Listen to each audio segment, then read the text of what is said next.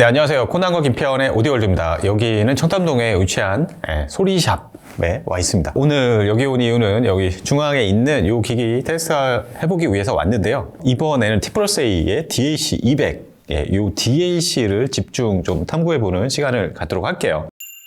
이 T+A는 모르시는 분들도 계시는데 1970년대에 설립돼서 역사가 굉장히 꽤 오래됐습니다. T+A 하면은 이름이 좀 생소한데 티오리와 어플리케이션의 합성어죠. 그렇죠.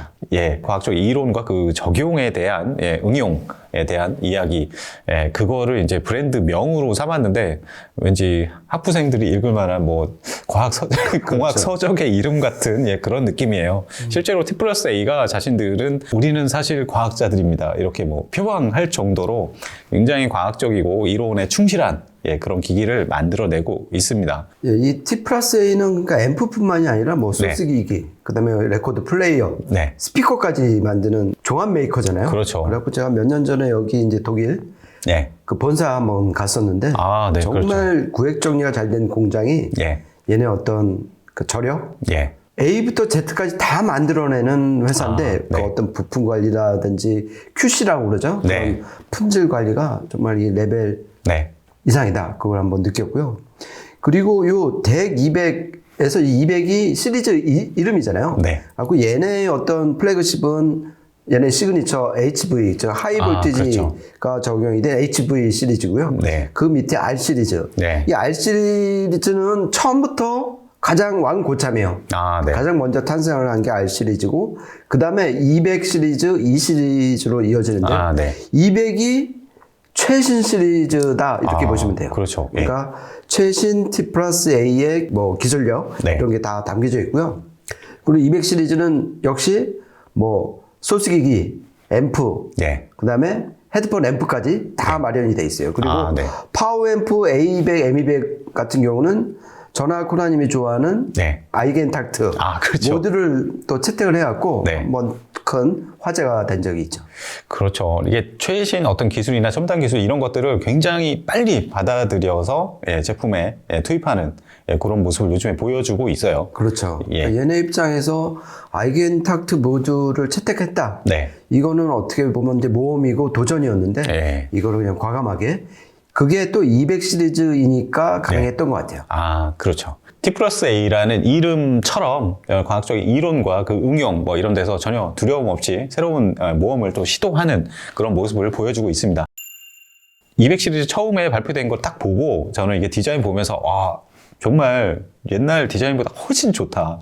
저는 개인적으로 상당히 좋은 디자인으로 나와서 상당히 좀 반가웠는데, 일단은 전면에 보면은 레벨 미터도 달려 있고, 버튼이 옛날 기기들처럼 많이 달려 있어요. 그래서 어떻게 보면 계측기라든가 이런 것도 생각이 나고, 유럽의 정밀고각의 진수라고 할 수 있는 스위스의 나그라나 녹음 장비들 이런 것도 연상이 되고요. 상당히 멋있었습니다. 그렇죠. 그러니까 심플한 것도 미덕이 있고, 하지만은 좀 오래 하다 보면 심심하거든요. 내가 어떻게 건들 수 있고, 개입할 수 있는 여지가 전혀 없잖아요. 근데 얘는 진짜 가득하고, 그리고 뒤에도 어차피 되게 이제 프리앰프를 겸하기 때문에 단자도 상당히 많아요. 심지어 아날로그 입력 단자도 있으니까요. 그리고 앞에 보시는 것처럼 헤드폰 잭도 있고, 정말 건드릴 게 많은, 갖고 놀기에 좋은 DAC인 것 같습니다. 김 PD님 말씀대로 외부에도 버튼이나 단자가 그득그득하고요. 내부도 아주 그득그득 차 있습니다. 소유감이 만빵. 아주 그런 좀 디자인을 채택하고 있고요. 근데 그 내부 설계나 이런 부분들은 완전 최신 설계예요. 전면 디자인 보면은 레벨 미터가 있는데, 이 레벨 미터가 여러 가지 그 상황을 다 보여주더라고요. 입력 레벨, 출력 레벨, 그 다음에 그 온도 모드도 따로 있고, 그리고 또 하나는 오디오 매니아가 가장 좀 이렇게 유심 있게 살펴볼 부분은 스트림 퀄리티 모드라는 게 따로 있어요. 왼쪽 레벨은 클럭 오차라든가 이런 거를 보여주는 거고, 우측 레벨 미터는 입력되는 소스의 왜곡률을 보여주는 그 레벨 미터 창은 중앙에 있을 때가 가장 좋은 거고, 우측의 그 레벨 미터는 이제 왼쪽에 제로에 가까울수록 가장 좋은 그런 특성을 보여주는 그런 모드입니다. 뒤편으로 가면은 다양한 네, 다양한 입출력이 마련되어 있는데 일단은 뭐 USB, 광, 동축, AS, EBU, 뭐 BNC 뭐 입력도 있고요. 홈 오디오에서 쓸 수 있는 단자는 모두 있고 그리고 보니까 HDMI 입력단도 있어요. 네. 예. 그건 옵션이죠. 아, 예, 그건 그런가요? 옵션이고요. 네. 저는 개인적으로 예. 그러니까 나중에 이제 자세히 설명을 드리겠지만은 디지털 필터 6가지 중에서 네. 버튼 OBS라는 버튼만 누르면은 네. 6가지 중에서 자기가 자기 취향이나 아니면 곡 장르에 따라서 네. 그냥 실시간으로 바꿀 수 있는 그런 재미도 있고요. 네. 그리고 이제 우측으로 가면은 그 아웃 버튼이 있어갖고 네. 그게 이제 스피커 출력이냐, 예. 헤드폰 출력이냐, 네. 그것도 이제 그 앞에서 네. 할 수 있다는 거. 그리고 보통 이제 3.5mm 잭이나 6.3mm 잭이 이제 대부분인데 네. 요즘 유행하는 4.4mm 네. 밸런스 펜타콘 잭을 해갖고 네. 진지한 헤드파이 그 유저들 겨냥한 네. 그런 부분까지 좀 이렇게 배려를 한 것 같아요. 네. 아날로그 입력단도 있어요. 그렇죠. 예. 그리고 뭐 아날로그 출력은 RCA, XLR 뭐 출력 다 있고요.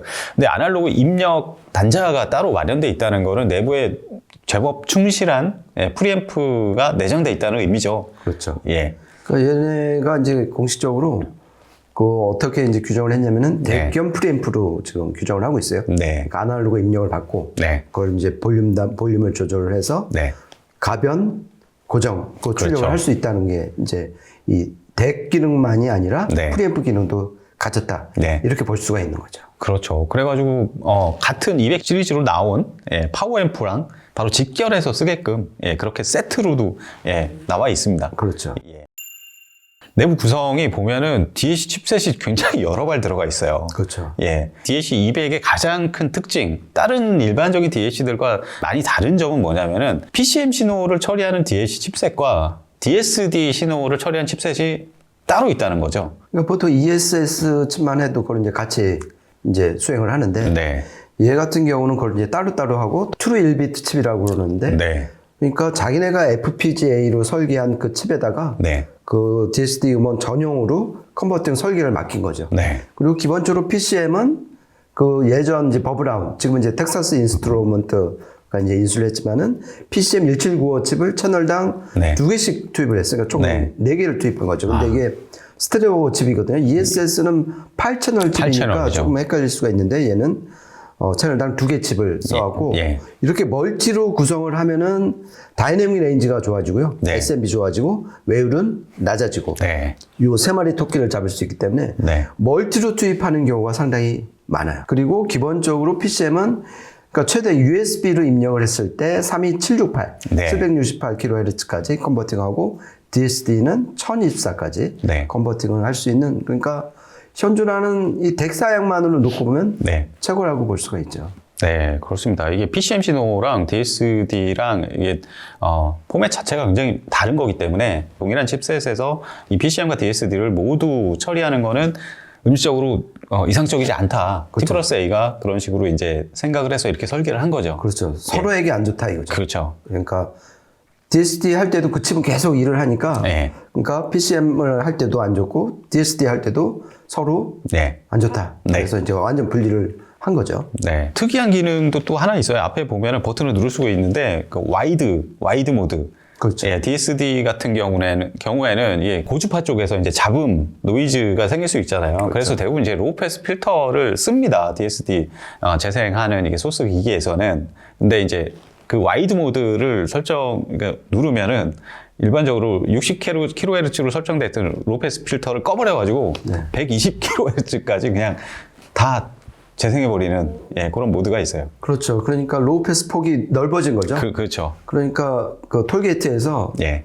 그 하이 패스를 한 차로만 줬다가 네. 두 차로 다 열어놓은 거죠. 네. 그러니까 그냥 120kHz까지 무한대로 쭉 뻗어가니까 네.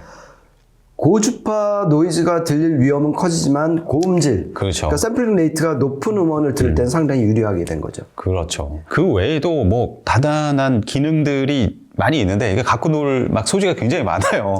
네. 보면은 필터, 필터도 대부분 막 ESS나 뭐 이런 데서 이렇게 칩셋 내부에다가 기본적으로 설계된 필터들을 그냥 쓰는 경우도 많이 있잖아요. 네. 예, 일반 제조사들이 그러고 자기네가 만드는 것처럼 막 예, 그렇게 막 자랑스럽게 얘기를 하는데 이 친구들은 완전히 자기네가 다 새로 설계한 거죠. 그게 필터가 총 6개가 있더라고요. 그러니까 FIR 필터 2개, 베이저 필터 2개, 그다음에 노스 필터 2개. 예. 또 쓰는 거 말 그대로 논 오버 샘플링 필터죠. 그러니까 이게 결국 오버 샘플링에 따른 고주파가 들어가니까 오버 샘플링을 하려면 근데 오버 샘플링을 왜 하냐 그러면 디지털 음원에 원래 섞여서 들어오는 그 노이즈, 그러니까 이건 양자 노이즈라고 그러잖아요. 이거를 없애기 위해서 오버 샘플링을 해서 나중에 이제 이거를 밀어내는 원리인데 고주파를 밀어내니까 로우 패스 필터잖아요. 근데 이거를 아날로그 단에서 하는 게 아니라 디지털 안에서 하는데 이 과정에서 6가지 종류를 마련했다 이거잖아요. 그러니까 스테이지 하나 보면은 뭐 임펄스 특성이라든지 그다음에 나중에 이제 링을 어떻게 처리하느냐에 따라서 이제 그 성향이 완전 다른데 특이한 거는 얘네가 이제 아까 코란이 말한 것처럼 직접 설계를 했고 그 중에서 베이저 필터 2개는 직접 개발을 했다. 원래 그 FIR 필터는 많은 데서도 이제 일반적으로 많이 쓰죠. 있고 논 오버 샘플링 필터도 특히 이제 R2R 덱에서는 그냥 이거를 기본 옵션을 하는 경우가 많잖아요. 그래서 제가 전에 이제 DAC200 이 제품 리뷰를 했을 때 정말 추적을 해봤어요. 뭐가 달라지나. 근데 거기에 따라서 많이 이제 편차가 있는데 저는 노스 필터 쪽이 좋았고요. 근데 지금 오늘은 베이지어 2 필터로 지금 들었다는 걸 좀 말씀드리고 싶습니다. 그러니까 참고로 저는 베이지어 2 필터가 제 취향이었습니다. 그렇죠. 얘네가 디폴트가 그거예요. 그렇죠. 좋아하는 취향이라든가 음향적인 뭐 자기 그런 성향 뭐 이런 거에 따라서 여러 개를 좀 조절을 해보시면 그것도 이 기기를 즐기는 또 하나의 특징이라고 볼 수 있겠습니다. 그렇죠. 저는 개인적으로 이렇게 제작사의 개성이나 자체 고유 기술이 들어간 부분이 많을수록 좋다고 보거든요. 어차피 이제 그 대량 생산된 칩이면은 똑같다는 얘기 아니에요? 그러니까 어떤 개성이 없어지는 이런 것보다는 정말 제작자가 물론 전제는 기술력이 이제 받침이 돼야 되지만은 이렇게 자기 개성과 자기 어떤 음향 철학이 그러니까 배어 있는 부분이 많을수록 좋겠다 이런 생각을 좀 하고 있습니다. 맞습니다. 기본적으로 이 DAC200 리모컨도 지원을 합니다. 리모컨에서 뭐 볼륨 조절도 다 되고 여러 가지 다양한 기능을 지원을 해요. 이 제품 오늘 테스트하는 데 쓰인 그 나머지 기기들은 기본적으로 그냥 DAC이기 때문에 앞에 네트워크 트랜스포트가 있어야 돼요. 그 기기로 같은 T 플러스 A의 훨씬 상위 기기죠. MP3100HV와 동축 케이블로 연결을 했습니다. 그리고 인티앰프는 버메스터의 032 인티앰프 사용을 했고요. 스피커는 윌슨 오디오의 신제품입니다. 샤시아 V 스피커를 사용해서 테스트를 해봤습니다. 저희가 이제 음악 들어오면서 세 곡을 녹음했는데요. 연달아서 한번 들어보시죠.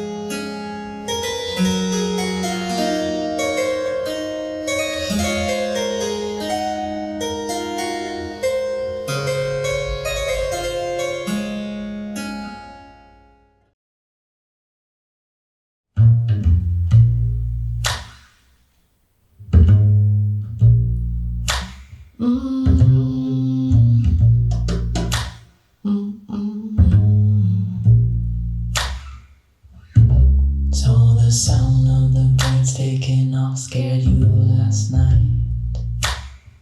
Though they were right to leave, right to use their wings to fly. So the sound of the birds taking off scared you last night. Though they were right to leave, right to use their wings to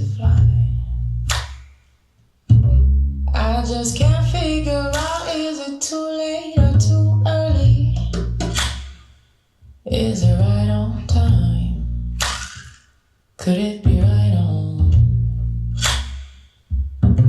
If the crow said it right, we could move out by dawn early.